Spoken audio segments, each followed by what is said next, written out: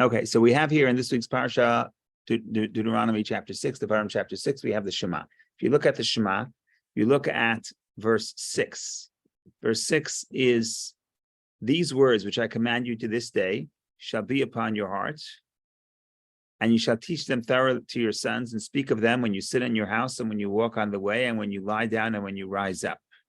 So it's very interesting. If I ask you a question, I say verse 6 and 7. What is verse 6 and 7 talking about when it says these words? So what would be the answer? It means the words of Torah. But these words actually include two commandments. It includes the commandment to say the Shema in the morning and in the evening, and that's verse 7, right? Teach them thoroughly to your children. When you sit down in your house, and when you walk on the way, and when you lie down, and when you rise up, that's the Shema. At least the second half.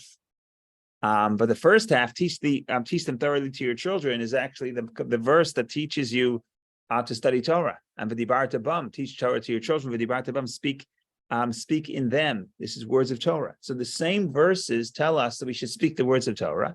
Which form? So there's two commandments, or maybe even three commandments, depending how you count. Some people count Shema in the morning and at night as two commandments. Some people count it as one. But in any case, we have two issues emerging from the verses 6 and 7. And that is the mitzvah to say the Shema in the morning and at night, and the mitzvah to study Torah. So that's the background of what we're going to discuss. So what is the issue at hand? The issue at hand is like this. When it comes to the Shema, there's a specific time, morning and night. And in fact, within a 24-hour period, there's two commandments. Okay. Two parts of the commandment, two commandments. What happens when you look at the mitzvah of studying Torah on the other hand? When you study Torah, on the other hand, it's not connected to a specific time. When is the commandment to study Torah? The answer is always. And then what does that mean? Whenever you're able, depending on who you are and what your position in your life is. And if you have young children, or if you're busy, or if you're occupied with earning a livelihood, it doesn't matter. But the answer is whenever you can. So the answer is always. So there is no two mitzvot within the mitzvah of studying Torah that would sort of tailor it to a specific time. Whereas when it comes to the Shema, it's tailored to a specific time. And it's not just by mistake. We're going to ask a question. We would say seemingly it should be the opposite. We'll try to establish that. And then we'll look at the interpretation, and the key is going to be, when it comes to Shema, the idea of morning and evening is critical to the spiritual mission of Shema. When it comes to Torah, Torah is not related to time. So once we study this a little bit, we'll understand that we'll have a deeper perspective of what the Torah is and what the Shema is and how they differ, and how ultimately they're interrelated because they help each other, but they are different. So I think without further introduction, unless anyone has any questions or comments, please jump in at any point. We'll jump right in. We'll start reading. We'll read at least the question, and then we'll go to the answer. This is an interesting talk in the sense that the answer is layered. First is one answer, then another answer. And then also, the Rebbe happened to say this on the 19th of Kislev, which is they made a siyum hashas. They would conclude in 1964, I believe, when they concluded the whole Talmud. So if we have time, we'll get to the end where he connects the beginning of the Talmud to the end of the Talmud based on the discussion here. So this is in Yiddish, but I don't have the Yiddish. Not everyone here knows Yiddish, so we'll go to the English. English translation. It's got to be something somewhere here.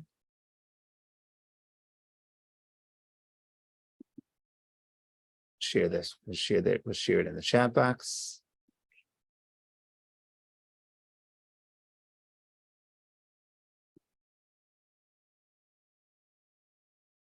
Make it a little bigger. Okay. Whoops. Whoops. Okay, here we go. We start the journey. Two fundamental mitzvot are explained in our parsha. The mitzvah of reciting the Shema and the mitzvah of studying Torah. Both are based on a single verse.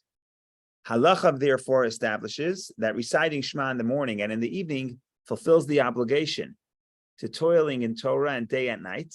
And conversely, the mitzvah of studying the written Torah is fulfilled by recitation similar to reciting Shema. Nevertheless, there is significant difference between them. Okay, I don't want to get into this paragraph too much because we're not going to be able to flow, but very interesting. So you have to study Torah always. What happens if someone has time Study whenever you have time. What happens if I don't have any time? I have zero time to study. So there the Talmud says you can actually fulfill the obligation of studying Torah always by saying Shema in the morning and Shema at night. One verse, because Shema is essentially a verse of the Torah. So one verse in the morning and one verse at night fulfills the obligation to study Torah always. How do they get to that connection? Because ultimately they're both in the same verse. That's what we're saying here. They both come from the same verse. And the verse that we derive the commandment to study Torah is the same verse that we derive the commandment to say the Shema. So therefore that shows us that at a minimum, the Shema will fulfill your obligation to study Torah. Okay. Nevertheless, the mitzvah of reciting nevertheless, there is a significant difference between them. The mitzvah of reciting Shema applies twice daily, morning and evening, as the Torah states in our parsha, when you lie down and when you arise. Each recitation is independent of the other, as evident by the recitation of the blessings of the Shema twice daily, in the morning and in the evening. In other words, we're trying to prove that it's two separate commandments. Well, it's two independent. I'm going to use the term commandments, even though technically some people say it's one commandment or two commandments. But either way, it's two separate concepts. How do we see that? Because we say the Shema in the morning and say the Shema at night, and we have a different tier of blessings. We say the blessings of the Shema in the morning, the blessings of the Shema at night. So if you need a separate blessing, it means it's a separate concept. On the other hand, the obligation of Torah study is not divided into two distinct obligations, during the day and during the night. Rather, there is a single ongoing obligation at all hours of the day and night. Therefore, the Torah the Torah blessings are recited only once daily, even by someone who studies only intermittently, since Torah study is a single continuous obligation without interruption. Right? Very interesting. Let's say I start my meal and I want to eat, and I start my meal, I make a blessing. Too much time passes and I want to eat again. I have to make another blessing before the meal. But Torah doesn't work that way. If there's a blessing we say before we study Torah in the morning, Al Divrei Torah, you say it in the morning and that applies for the whole day. What happens if I took a break or I didn't take a break? It doesn't really matter. The fact that there's one blessing for the Torah per day shows you that whatever you're going to study in the next 24 hours is one mitzvah. Whereas the Shema, there's two separate set of blessings. So what does that tell you? That tells you that each concept of Shema in the morning and Shema at night are independent.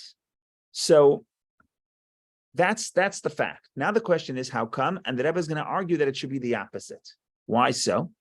The idea of Shema seemingly is unity. Hashem Echad, God is one, oneness. So why, when it comes to the Shema, do we have two mitzvot? Whereas what is Torah? Torah is that you have to understand. Now, there are differences the way a person understands. A person is a morning person. In the morning, they understand better than at night. People have changes in their ability to understand and to grasp.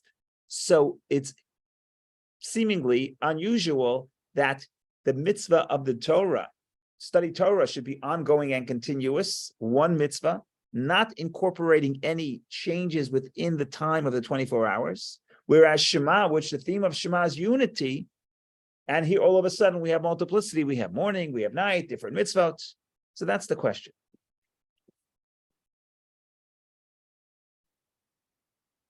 We need to clarify, seemingly based on the underlying ideas of these mitzvot, the exact opposite would be more reasonable. The Torah study is associated with understanding and comprehension, since the mitzvah obligates a person to understand the subject being studied. If a person does not understand what he reads in the Torah, he does not fulfill the mitzvah of Torah study and does not recite the blessing.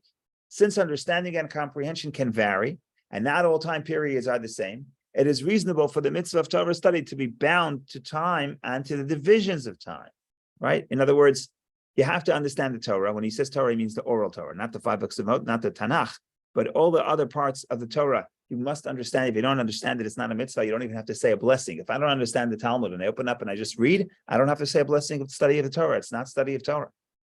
The Bible, I would have to. That's another story. But the point here is the whole idea of Torah study is understanding. And when it comes to understanding, there are changes within the person. So you would say the Torah study, the mitzvah of Torah study should be affected by the divisions within time.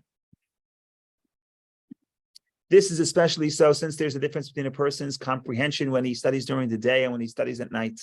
Daytime study sharpens a person's learning. That's what it says in the commentaries of Hananel. Additionally, the Medrash teaches, how did Moshe discern when it was day and when it was night? When Hashem taught him Tanakh, he knew it was day. When he taught him Mishnah, he knew it was night. So there are different periods that are better for different parts of Torah. Thus, even when the Torah was originally given, there was differences in Torah study based on the time changes of day and night. In contrast, the mitzvah of reciting Shema serves as a constant reminder for every Jew to submit to Hashem's sovereignty and unity. Since remembering Hashem's sovereignty and unity is a constant mitzvah, there is no reason for differences and divisions based on the changes of day and night. So this is the question. I'm not sure how much the question bothers you, but the question is an introduction to find a deeper interpretation of what Shema is and what Torah study is, which is what we're about to do. To summarize, the mitzvah of study Torah is one mitzvah ongoing. The mitzvah of reciting the Shema is specifically bound to changes within time. There is a mitzvah to say the Shema at night. There's a mitzvah to say the Shema at day. Separate blessings at night, separate blessings at day. When it comes to study Torah, there's one mitzvah, only one blessing for the whole 24 hours. We're asking, it should be the opposite. Shema should be above time. Torah should be subject to time. Why? Because Torah is your understanding. And if you have to understand, then there are differences between the way you understand at night, in the morning, the afternoon, you're more tired. You should in the yeshiva. We were even in elementary school. In the afternoon, they read us the stories we'd studied the stories of the Bible, of the judges and Joshua and the kings. Story time. People are tired. In the morning, study Talmud. Okay, so there are differences between the way a person can understand. So the question is, how come Torah study, the mitzvah of Torah study, does not incorporate and is not sensitive and is not considerate of these changes within the time? So that's the introductory question.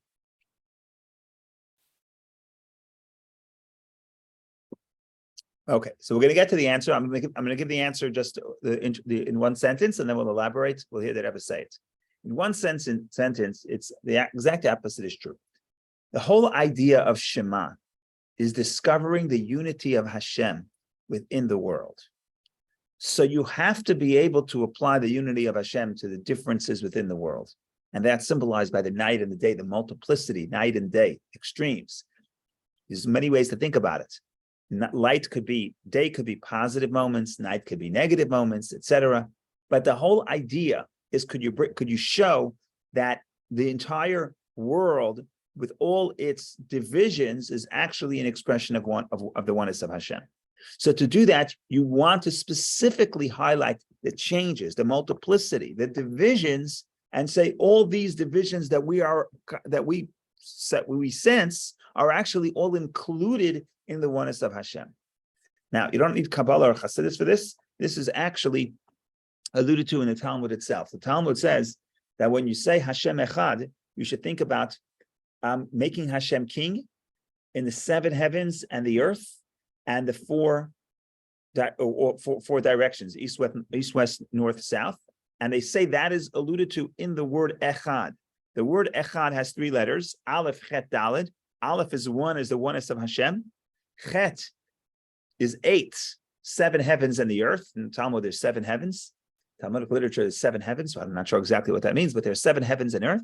And Daled, the Daled represents 4, is the 4 directions of the world. In other words, we talked about this sometimes, is singularity and oneness. We don't say Hashem Yachid, we don't say Hashem is singular. We say Hashem is one. If Hashem is one means that there are differences, there is a world, there is creation, there are dimensions, but all those dimensions are part of one story. That's oneness, as opposed to singularity, which means there's only one thing. And here, where the idea is, could you show Hashem's kingship within heaven and earth, within the 4 corners? So, in other words, you specifically want to show multiplicity, to show that all multiplicity is included within the oneness of Hashem. Okay, that's Shema. That's why Shema has morning and night. We want to accommodate those differences and show that both in the morning and at night, which represents both extremes, Hashem is one in all those situations. When it comes to Torah, what's Torah? Torah essentially is above the world. What is Torah? Torah is Hashem's wisdom. Hashem's wisdom is above the world. It really doesn't matter what's happening in the world. When you study Torah, you connect to a level that's above time and space.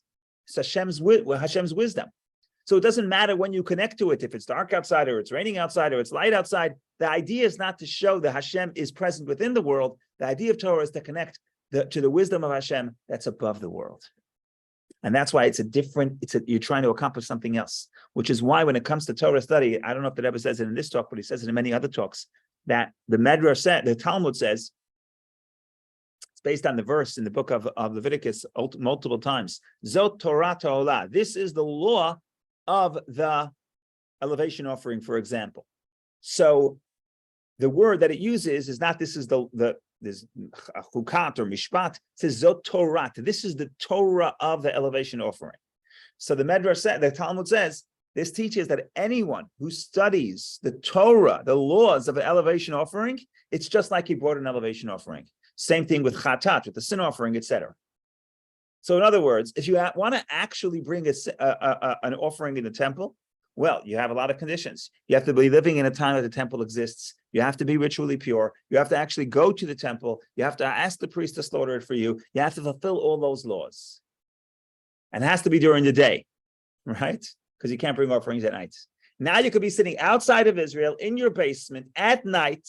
You're not a priest, studying the laws of Torah, studying the laws of the elevation offering, and it's just like you brought the elevation offering. What does that tell you? That tells you that Torah is above time and space. Torah is above the world. When you go above the world, you can accomplish what the elevation offering accomplishes, even though within this world, you're not in this time and space that is able to bring the elevation offering. So that's just the point to show that Torah study is above time. It's Hashem's will. It's above the world. And therefore, the changes within the world are less important from the perspective of the Torah. So that's going to be the big idea. Then we can elaborate, then we can connect it to the beginning of the Mishnah, the end of the Mishnah if we have time, but I want to read that inside. As always, comments, questions, don't wait for the end, anytime. Okay, I'm going to read the explanation, and then you tell me if that's what I said. Maybe it's not what I said. Let's see. The explanation of this is as follows. A person's life is divided into days. Since days are distinct from each other, a complete day consists of day and night, as the Torah says in the beginning of Genesis, and there was evening and there was morning one day. Very interesting phrase. Evening and morning. Two things, two halves make one day, make that oneness. This alludes to a fundamental purpose of a person's spiritual service. A person's purpose in being created is to make a dwelling place for Hashem in the lower realms. In other words, we were created to bring Hashem into this world, to make Hashem a home for Hashem in the lower realm in this world. Meaning, one is not meant to negate the existence of the world. Rather, the world, the lower realm, is in its apparent state of an independent existence, should be transformed into a dwelling place for Hashem, so that within their worldly experience, people feel that all existence derives from Hashem's true existence. This is the revelation of Hashem's true unity. In other words, Hashem's true unity is not to negate the world, but to show that our existence, the existence of the world, is an expression and derived from Hashem's existence. This is also alluded to in the verse regarding the first day of creation. And there was evening and there was morning, one day, one in bold, implying a connection and fusion between the evening, darkness in the lower realms, and morning, light in the higher realms. This is a fusion of the lowest of the low of the lowest of the low worlds and the highest of the high worlds, resulting in one day. As the sages taught, describing meditation on the word one, echad, which is what I said earlier, when reciting Shema, meditate on the aleph that he is one, on the ches that he is the only one in the seven heavens and on earth, because equivalent 8, and the number chet is the numerical value of 8, and the dalid alludes to the four directions, four directions. In other words, the whole idea of oneness is to include heaven and earth and all four directions within the oneness of Hashem, but not to negate the changes between heaven and earth and to negate the differences between the four directions. To the contrary, you want to say that Hashem is present within all those divisions, and all those divisions are part of his oneness. Particularly, as is well known, the specific use of the term one and not solitary, right? Not yachid, not singular, not solitary. Hashem is one, but he's not solitary, at least not after the creation, at least not from the da'at tachton, from the perspective, the lower perspective, which we discuss sometimes. In any case, indicates the potential existence of others besides Hashem. Nevertheless, he is one, meaning the existence of night is fused with and included in the true existence day. This is the purpose of reciting Shema. Hear, O Israel, Hashem is one. Our service coronating Hashem above, below, and in the four corners, the six extremities of the universe, because we have the 8 is the heavens and earth, so that's up and down. Then you have the 4. Reveals godliness in the world, a world that is etymologically related to the Hebrew word for concealment. The word for world, olam, is the same as the word for concealment, he'elem, even while the world remains in its present state. That is why the mitzvah of reciting Shema is associated with the 2 periods of day and night, not to emphasize their difference and division, but rather to cause the opposing natures of day and night to be combined into one day, revealing Hashem's unity in the world. So now we learned about the Shema. In a minute, we'll learn about one more paragraph. We'll learn about the Torah. So what are we saying about the Shema? We're saying the whole idea of the Shema, proclaiming Hashem's oneness. The idea that we're trying to accomplish is realize and meditate on the fact that all the divisions that we see, included in the 6 main divisions, the 6 dimensions, the 6 directions, all of that is really part and included in the oneness of Hashem. Ultimately, all that emanates from the existence of Hashem. And therefore, it's included in the existence of Hashem. And is an expression of the oneness of Hashem. But to do that, you have to highlight the multiplicity. You have to highlight that there are differences, that there's night and day, there's heaven and earth. And the oneness is saying both of these, what looks like multiplicity is ultimately oneness, which is why the Shema is designed in a way that we have day and night as 2 separate entities, 2 separate mitzvahs. On the other hand, let's talk about Torah study. In contrast, Torah does not become entangled in worldly matters. It only includes itself in them. As such, Torah is disassociated with the world, the lower realm, and its projected existence as the lower. Torah is above becoming caught up in and altered by the world, even after Torah's descent through the many shrouded levels and so forth, so that our thoughts, speech, and deeds can relate to Torah. In other words, even after Torah is this divine wisdom, but nevertheless, Torah, as described in Tanya, chapter 4, Torah descends into this physical world, and Torah describes physical matters. What happens if my ox scores your ox? So we're saying that's just the garment of Torah, but Torah itself, the wisdom of Torah, it's talking about physical matters, but the logic is really spiritual logic. In other words, it's an expression of spiritual ideas. So that is above the world. Therefore, the darkness of the world cannot conceal Torah. As the sages state, is not my word like fire, says Hashem, and the sages teach. Just as fire does not become ritually impure, so too matters of Torah do not become ritually impure. Right? I could be ritually impure, and I say words of Torah, and I can't contaminate, so to speak, the words of Torah, because the words of Torah are not affected by the world. It's above the world. It's bringing within the world holiness that's above the world. Meaning, from Torah's perspective, the world's independent existence is not noticeable. Therefore, the obligation to study Torah is not defined by the limitations of day and night. When you touch the perspective of the Torah, you're not thinking about the world, you're thinking about Hashem's wisdom. And from the perspective of the Torah, the world is much less relevant. It's all about Hashem's wisdom. And therefore, we're not going to sit and accommodate study Torah this time, this minute, that minute, and make a specific blessing when you study Torah during the day, and a specific blessing when you study Torah during the night, to accommodate for the changes in day and night. No, you study Torah always. It's above time. It's not affected by the changes within time. When it comes to Shema, by contrast, the whole idea of the Shema is bringing Hashem's oneness into the world. So in other words, Torah helps us go above the world, and Shema helps us bring the oneness of Hashem within the world. And later we're going to say, you actually have to have Torah to be able to say the Shema. In other words, only when you connect to Hashem that's above the world could you bring the holiness within the world. But for that, we'll have to go to the end, to the next part, which is the connection between the beginning of the Mishnah and the end. But I think we'll do that. There's one more level of explanation, but I think we'll skip for concerns of time. I'm going to skip 3, and we'll go.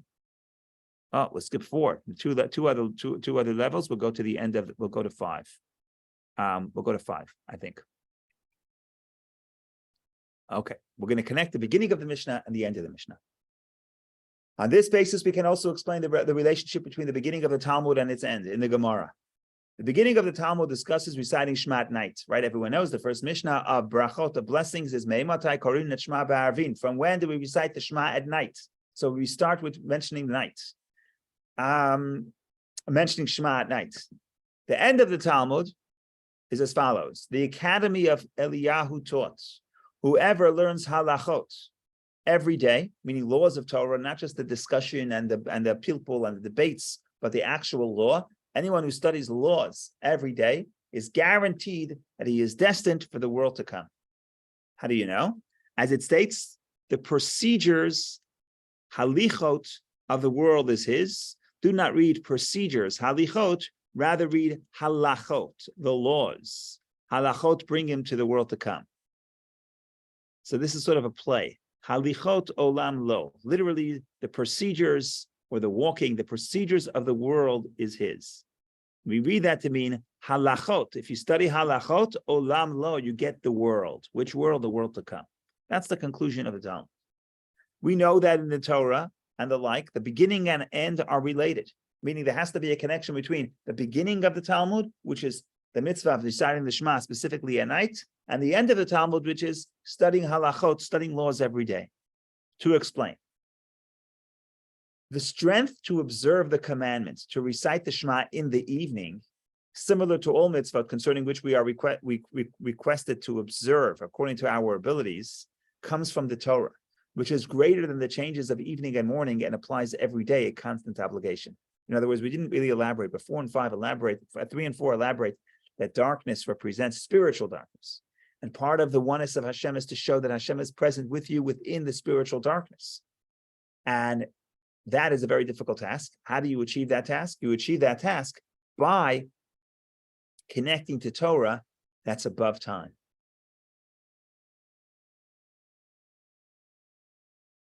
The Rebbe continues, the Gemara is precise. Whoever learns halachot every day, because the truth of the Torah as it transcends all changes is seen primarily in the halachot of Torah.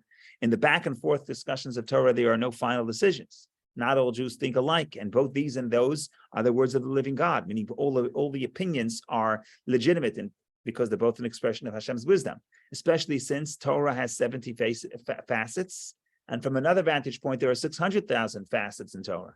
Potentially, this can cause someone, especially from the perspective of a person studying Torah, to deviate from the true unity that transcends changes, although this division also might be an expression of the true unity. As such, the halacha will not follow the opinion which deviates from the true unity. In contrast, in the realm of halacha, there will be only one conclusion and one ruling without any change or deviations. In other words, when you study halacha, you're seeing the aspect of Torah that is above time and above the divisions of multiple opinions.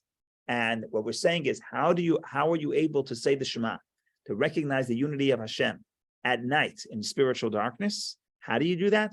By studying Torah every day. Because if you're above the world, then if you're connected to something that's above the world, then when you're within the world and you're within the darkness, you're able to bring Hashem Echad, you're able to bring the oneness of Hashem within the evening, within the darkness as well, because you're connected to something that's above time.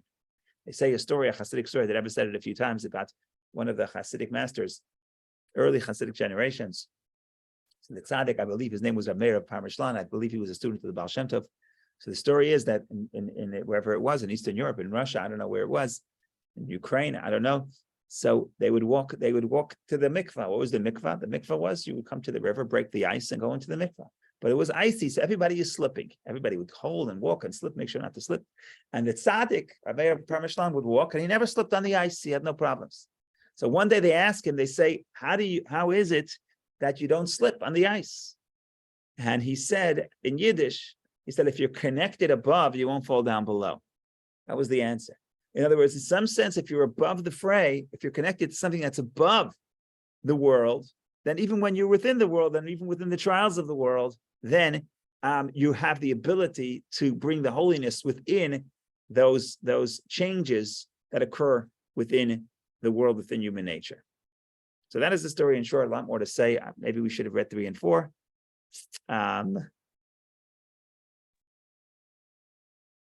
But that's that. I think that's it for today. I think that's beautiful. Again, a new way of thinking about the Shema and what we're trying to achieve. And the irony is that the one is Hashem Echad. When you talk about Hashem's oneness, yes, Hashem is one, but the whole point is to show that Hashem is one within the divisions, within the multiplicity, within the world. Whereas Torah is above time. You're connecting to Hashem's wisdom as it's an expression of the oneness of Hashem. So thank you very much. That's the story for today. Okay, we're not going to study tomorrow, which is Tisha B'Av. May we merit the rebuilding of the temple speedily in our days, and may, as the prophets say, this day be transformed not just to a neutral day, but to a day of joy and celebration, the coming of Mashiach. Amen. Amen. Thank you, Rabbi. Before you close, could you just send the link for what you were reading Yeah, from? I put it in, I believe. Oh, it's not showing up on my side. Yeah, to everyone. Yeah, I think I did.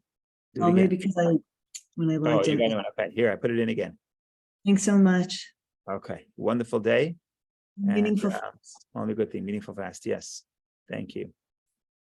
Maybe send us some clips from Jerusalem if you're at the Kotel. Yeah. Okay. Okay, thank you. Bye.